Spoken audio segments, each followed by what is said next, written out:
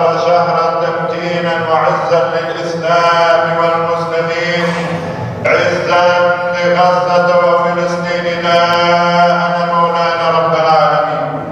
اللهم انصر إخواننا المستضعفين في غزة وفلسطين وفي كل مكان وديار وحين إلهنا مولانا رب العالمين، ومن كل بلاء عافية. قلت وقولك الحق، ألا إن نصر الله قريب. اللهم إنا نسألك، اللهم انتصر للدماء التي أريقت وللنفوس التي أزلقت وللأطفال التي يتمت وللنساء التي رملت إلهنا مولانا رب العالمين. اللهم عليك بإسرائيل الظالمين وبأعوانهم عمالقة وإسرائيل الكفار اليهود إلهنا مولانا رب العالمين. اللهم يتم أطفالهم وزلزل أقدامهم وشدد جموعهم واجعلهم هم وأولادهم غنيمة للمسلمين إلهنا مولانا رب العالمين. اللهم Müslümanların birliklerini bozma, aralarında fitne ateşi yakma, onları küçük düşürme ve ülkelerinin zenginliklerini sömürme noktasında düşmanların tertip ettiği tezgahlara karşı onlara tam bir dikkat bahşet ya Rab. Allah'ım Filistinli ve Kudüs'lü kardeşlerimize de yardımını lütfeyle.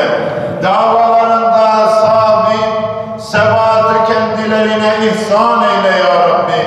Allah'ım bütün Müslümanların idarecilerini hakikat ve doğruluk üzere buluşturması, onların bir kalması ve kendi şahsi menfaatlerini bir kenara bırakarak bütün gayretlerini İslami ve insani değerleri korumaya, İslam'ın zafere ulaşması, İslam'ın ve insani değerleri korumaya, İslam'ın zafere ulaşması ve Müslümanların birliğini sağlama hususunda muvaffak eyle ya Rabbi.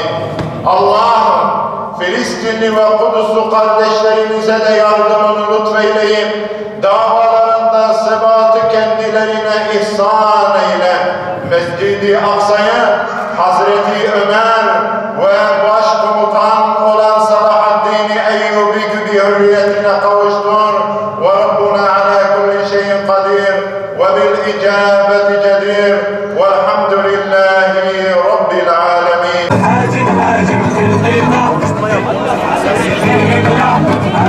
hacim filqina inna mesira beynel aye vel hina inna mesira beynel aye vel hina bir intifada bir intifada.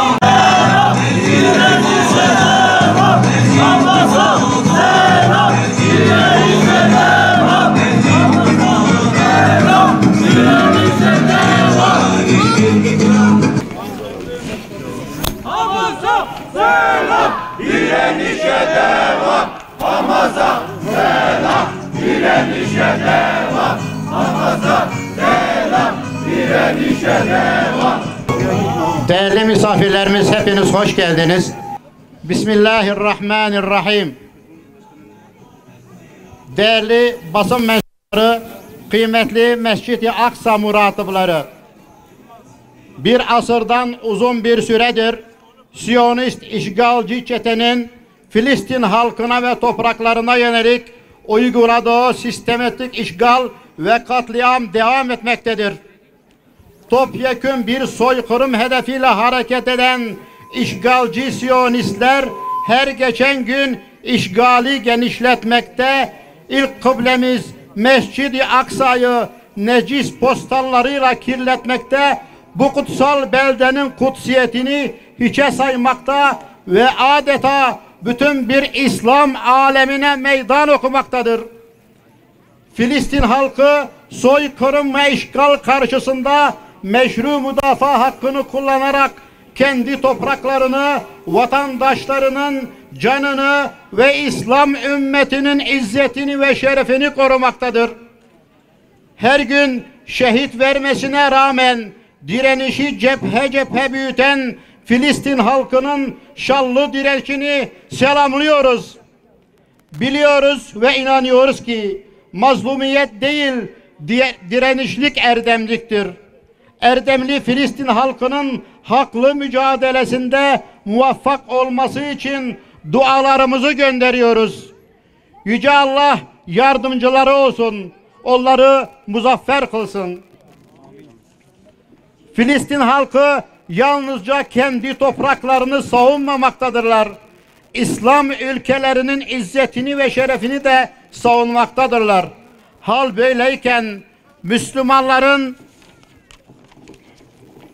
resmi, sivil tüm unsurları ekonomik, askeri ve manevi olarak Müslüman kardeşlerinin yanında yer almalıdır. Filistinli Müslümanlar işgale karşı direnişlerinde yalnız bırakılmamalıdır. Siyonist çete işgal ettiği Filistinli topraklardan defolmalıdır. İşgalci çeteyi gelinen aşamada katliamcı ve işgalci uygulama ve politikalarından vazgeçmesi, Gazze'ye uyguladığı ambargoyu kaldırması ve yeni bir katliama girişmemesi konusunda uyarıyoruz. Filistin'i başkenti Kudüs olan doğusu ve batısıyla bölünmez bir bütün ve İslam'ın mukaddes toprakları olarak görüyoruz. İslam dünyasını işgal altında alan ilk kıblesi için bütün ayrılıkların bir kenara bırakmaya, Filistin'e sahip çıkmaya ve kardeşlerinin yanında durmaya davet ediyoruz.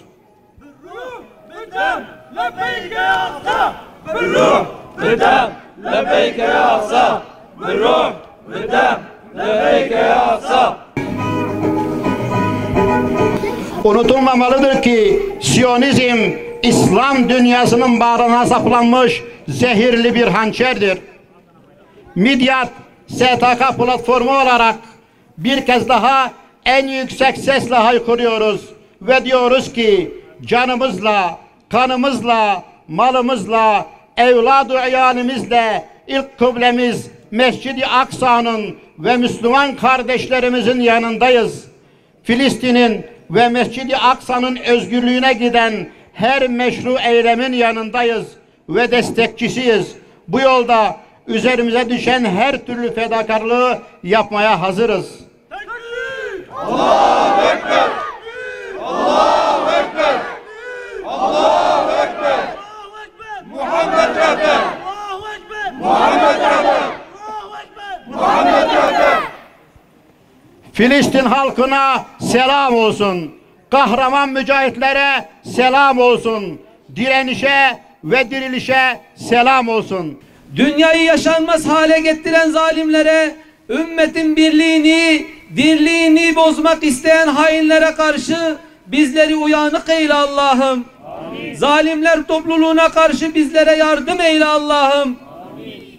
Bugün Filistin başta olmak üzere yeryüzünün birçok yerinde zulüm ve katliamlara maruz kalan, ülkeleri işgal edilen, camileri, değerleri harap edilen, hakları, hukukları ihlal edilen bütün kardeşlerimize yardım eyle Allah'ım. Bizi onlara yardımcı eyle Allah'ım. Nusretinle, inayetinle zaferler nasip eyle Allah'ım.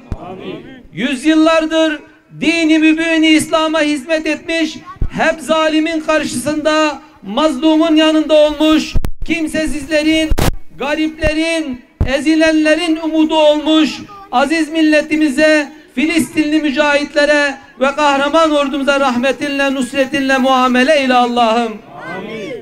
Din, iman, millet, hak, hakikat, adalet, erdem, fazilet uğruna mücadele etmeyi ve gerekirse bu yolda şehit olmayı en büyük paye sayan inancı kalbimizden, neslimizden, asil milletimizin yüreğinden ebediyen eksik eyleme Allah'ım. Ey yüce Rabbimiz, sana inandık, sana güvendik, sana tevekkül ettik.